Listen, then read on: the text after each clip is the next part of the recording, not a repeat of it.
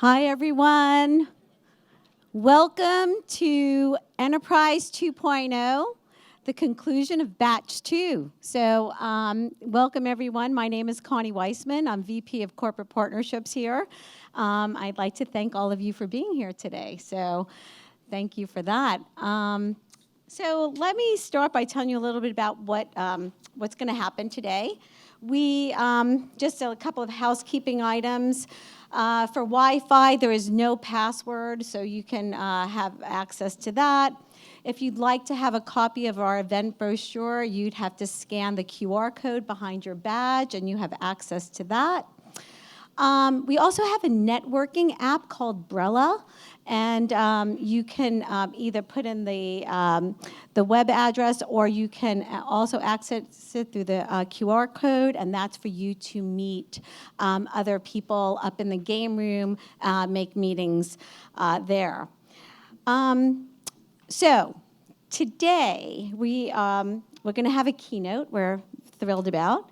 So we'll start with a couple of opening remarks. I'll go through what's kind of the state of Enterprise 2.0 and what happened this year. So first of all, how many of you know what Enterprise 2.0 is or what it means? Oh, come on. Everybody, raise your hands.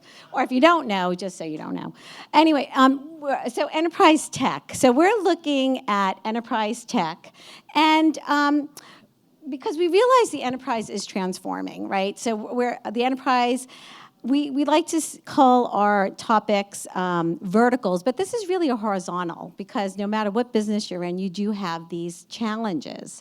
So we have, so we're looking at operational efficiencies, we look at regulatory compliance, digitization, and technology and distribution. And why we look at that is because we want to help you get to differentiate yourself, have your customers have a better customer experience, faster speed to market, increasing profits, which is always a good thing, and to have that competitive advantage. So that's why we started Enterprise 2.0 about a year ago. So we're thrilled that we're going to be graduating our second batch. So these are the types of technologies that we are looking at. So we segmented it out into HR and workforce and work tech. So you think about talent acquisition, talent retention, the gig economy, how to transform culture, how to maintain culture in a global environment and a global enterprise. So that's one segment of what we're looking at. The second segment is IT and platform. So we're looking at analytics, edge computing, RPA, blockchain, and data privacy. So you'll see some of those startups as well. And then the last piece of it is I like to call those pesky back office things that you need to do and every enterprise needs to do. And that is to become faster and better at like smart contracting, regulation compliance, and workflow automation and management. So we'll have some startups presenting in that area as well.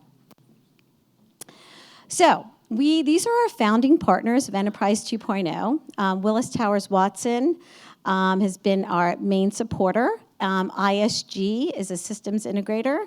Recruit Technologies, they're here from Japan today, so thanks for coming.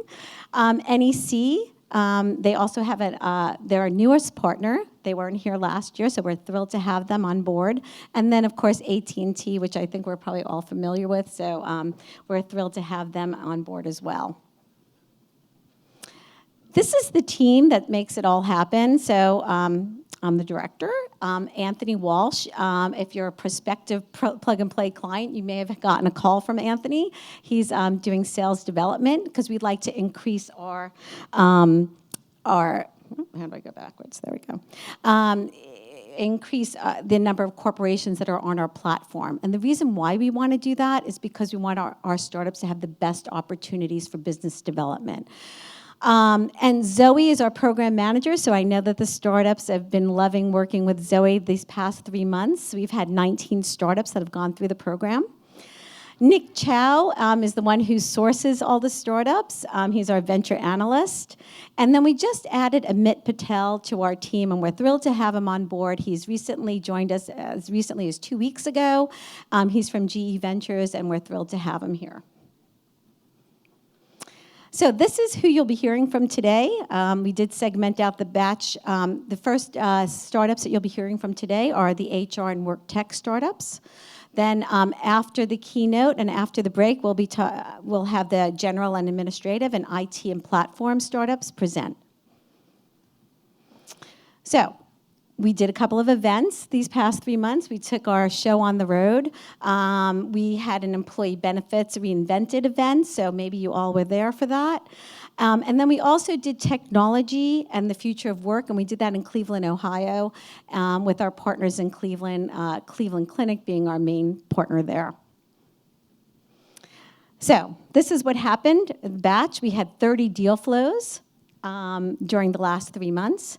We conducted 46 office hours, and that's an opportunity for our startups to meet with the corporations one-on-one and really get to know each other.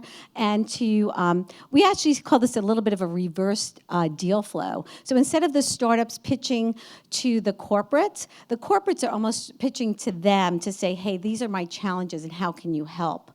And maybe what would be the things that would be a barrier to entry for the startup. And they discuss this. And I think 46 office hours over 3 months is a pretty robust number. We also had 2 startup CEO roundtables. And what that means is our startups, they have interesting challenges, and we'd like them to at least talk to each other to know how to navigate those challenges.